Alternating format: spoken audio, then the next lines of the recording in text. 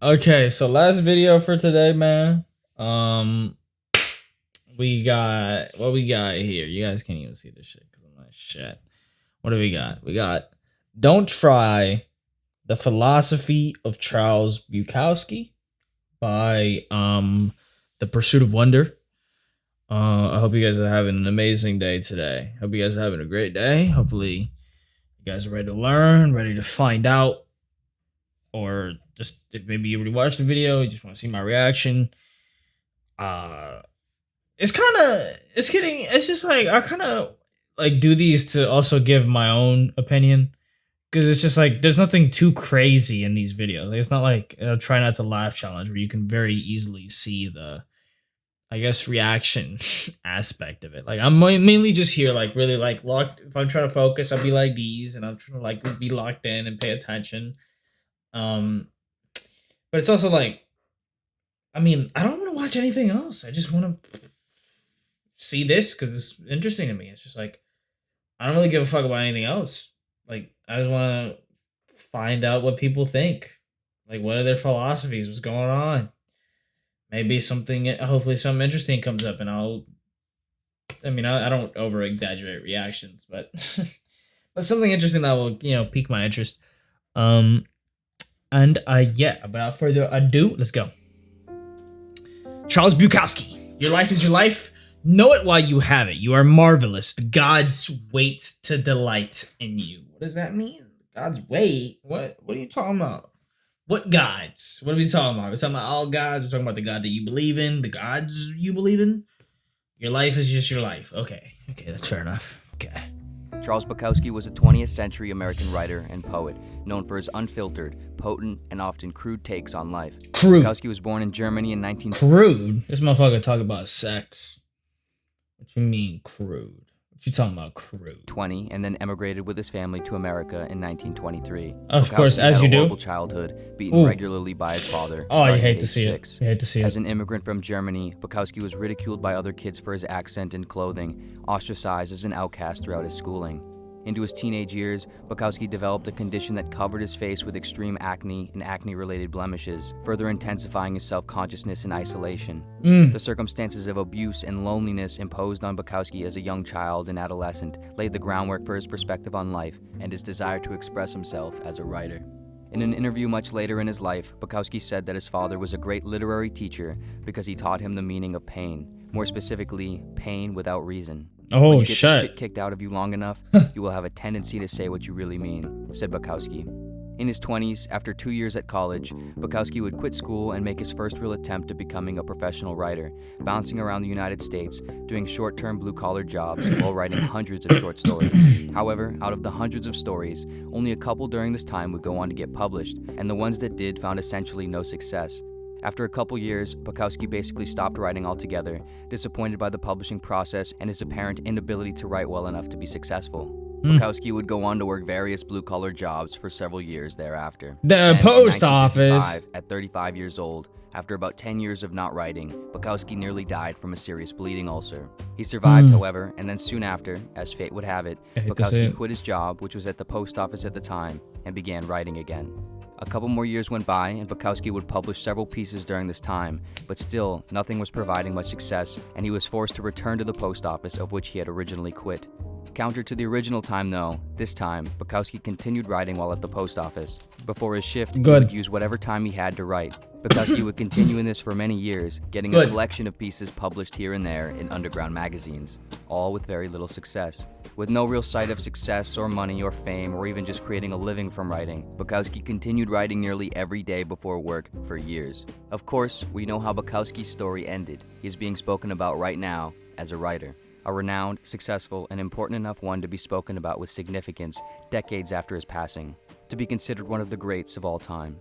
Bukowski, however, didn't end up becoming traditionally or publicly successful until he was into his 50s, many more years into the second stint of working at the post office. Only after a long, continued attempt at writing did Bukowski's work finally become noticed and appreciated by an audience, and only after a deal with a publisher who agreed to fund Bukowski's work did Bukowski begin to make any sort of living from it. At 50 years old, on the tail end of the traditional career timeline, Bukowski got his from it. At 50 years old, on the Wait, so what was the book then? Like, what was the book that popped? They're really like, like it went crazy. What's the book? The tail end of the traditional career timeline, Bukowski got his first real shot and took it. After it would seem like to many that it was over, it began. And he would soon become increasingly successful. Yeah, it's never too late, man. Fucking age. I heard some shorty got like a black belt when she was like 68. I don't know if she was in her 70s actually. But she was like old as shit. Which I don't even, I mean, that ain't, well, I mean, that's kind of old. I mean, you're near some like life expectancies. But you're out here getting black belts, my guy. Fucking black belts. Like, age ain't shit, homie. You're really young. You really got a lot of time. I mean, a lot of times it is. A lot of motherfuckers are gonna go in the direction of Charles Bukowski. A lot of times it would be just like that, and it sucks because you really do want to experience the things when you're in your prime or whatever. You know, you want to live it as long as possible. You want to live that life. But really, you're young, man. What can you do? You're just young. Like, you can't do anything other than accept the fact that you're young and you got time. I mean, that's technically what he did in a sense. I mean, he gave it up for a while, but he came back. Because he realized it was his passion. What else was he going to fucking do? Of course he came back and kept writing. Even though nothing was hitting, what else are you going to do? What else do you have better to do? If it's your passion, you're going to do it anyway, whether you're successful or not. And famous. Just like I'll be, I would make these videos because I enjoy watching shit. And if I can, give my own opinion, say something, say a few words. Not just sit here in quietness, I want to talk, and I could talk to a camera and envision that there's maybe somebody there watching this, looking. Maybe, it's fun to me, and it's fun providing content like this where I can share my interests, have other people come in that maybe have similar interests, right? And then that's that, It's just like, that's why you do that. It's like, keep doing it. That's the ikigai. That's the purpose. That's why those super centenarians in that island of Japan, they lived for so long. Because they have that sense of purpose or whatever. And beyond their jobs, even if they get fired from their jobs, they're going to keep doing it. World and culture at large not long after. It took Bukowski years and years of writing and toiling and trying to finally have circumstances work out in his favor so he could gain traction and find success as a writer. To get what he wanted since he was a teenager and fulfill what he believed his life was for. In this, it is at least initially perplexing that his gravestone reads right now, "Don't try." A message that seems rather grim, especially for a gravestone, as well as counterintuitive to his story. How could a man who became successful in fulfilling his idea of himself, a man who, although it took a while, found immense respect and recognition for his craft, all because of his relentless trying, how could this man leave the words, "Don't try," as his final offering? That's a good question. Arguably, perhaps this is where the most important idea can be found, not only in Bukowski's work, but in Bukowski's life. In a letter to William Packard, a publisher, friend, and fellow writer, Bukowski wrote, "Too many writers write for the wrong reasons. They want to get famous, or they want to get rich, or they want to get laid by the girls with the blue bells in their hair. When everything works best, it's not because you chose writing, but because writing chose you. It's when you're mad with it, when it's stuffed in your ears, nostrils, under your fingernails. It's when there's no hope but that." In this letter, Bukowski is referring to aspiring writers, but he's arguably referring to something much larger, the notion of purpose and success and creative endeavors in general. When you were very young and someone asked you for the first time what your favorite color was, and you decided that it was blue or red or whatever else, perhaps it felt like a choice, but it wasn't really. No one chooses how colors make them feel and why some seem to paint onto the brain with better feelings than others. We can describe the reasons why we like the colors we like, but we can't choose why we do. The color, sort of, chooses us. In a relatively low-stakes situation like our favorite color, it's easy to just realize which one feels best and declare it without trying.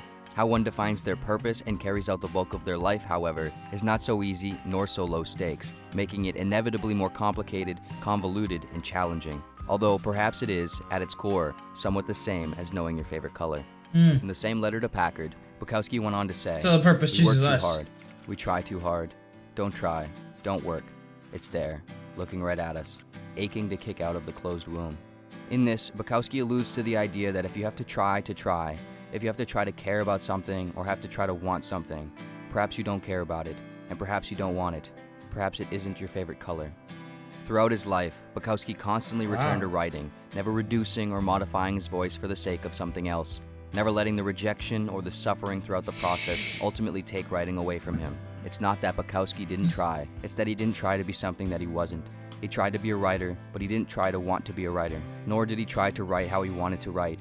He just did it and kept on doing it. At least creatively, we seem to often perform at our best So that's his when we are ikigai. ourselves, natural and honest, attending to who we really are and what we really want to say or do, without the addition of ulterior motives, without forcing it or overthinking too much. And perhaps this is, in part, what Bukowski meant. Truthfully, no one other than Bukowski can say or know exactly what Bukowski ever really thought or meant in anything. And none of this is to suggest that something is hard and complicated. That's powerful, though. That's good. That's like, you know, I see what he's saying. Like, don't force it. Don't try to be, I guess it's a shortened version of, well, don't try to be something you're not. It's that simple. Don't try to be something you're not. Don't try. I think let it be effortless. Let it be a flow state. If you really have to try, it's just like, think about it. Oh, I have to try. Oh, I have to do this. Like, it's just like, oh, somebody's telling me just try after I've gotten lazy. It's just like, is that thing really like reeling you in? It's just like, is that your favorite color? If you have to feel like you have to try, it's just like you'll just do whatever the fuck you're gonna do anyway. It's just like you don't need to try to do anything. Just like, why try to do something? Just do what you will. It's just like that. A lot of that involves your purpose. You're doing what you will with your purpose. And don't try to do anything that you wouldn't already do, or that you wouldn't want to do, or that your purpose isn't calling you to do, you know? I think that's what he's saying. That's how I would interpret that, somewhere around there. Purpose and passion and desire and success as easy or prescribable, because it isn't. It's all as unclear and complicated as the very brain that contrives the whole system. And it's not as if writing or filmmaking or painting or making music or business or whatever else must come easy to the writer or filmmaker or painter or musician, etc., in order for it to be the right thing or for them to be great at it.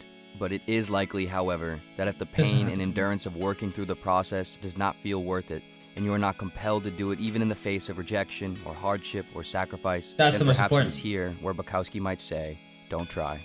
But if it does, if the thought of not doing the thing hurts more than the thought of potentially suffering through the process, if the thought of a life without it, or never having tried it at all, terrifies you, if it comes to you, through you, out of you, almost as if you're not trying, perhaps Bukowski might say here, try. And if you're going to try, go all the way. Charles Bukowski. If you're going to try, go all the way. Thanks so much for watching. If you're interested in having access to scripts, audio files, and other exclusive Pursuit of Wonder offerings, you can find them over on the Pursuit of Wonder Patreon page. Oh, Patreon! All Patreon contributions help us. 100%. I would support. I gotta support the creators. Fuck, can I open up one of these? I don't make content like him, though. What? I don't make this good of content. I want to at some point, maybe. But it's just like, damn, I gotta be original because these motherfuckers are making good videos. And it's just like, okay, well, how can I put my own twist on this? Damn. Like, what are these motherfuckers doing to get all this information? What are they reading? It's just like, I want to make some of these videos, right? Could I make some of these videos? Where would I even get this? I mean, I know, like, there's, like, stock footage. I could do, like, what Aperture does. I could do that. I just don't. I need a designer if I'm gonna do some of this shit, right? Because some of these actually have really like interesting visuals. Like, how the fuck he just had that shit come out of his brain? What? Anyway, man. Enough of that. Let's not make the video any longer than it has to be. Hopefully, you guys enjoyed. That was "Don't Try: The Philosophy of Charles Bukowski" by The Pursuit of Wonder. You know, hopefully you guys enjoyed that. Let me know what you guys think. Leave a comment down below. Leave a like on the video. Leave a sub button. All of that. You guys know the deal. Other than that, man, I don't really have much else to say. Love that from him. I love that he died doing what he loved. And it's just like, can you really go any other way? Right? Can you really? Is there really any other more honorable way to go other than doing what you love? I mean, that is, what else could you ask for?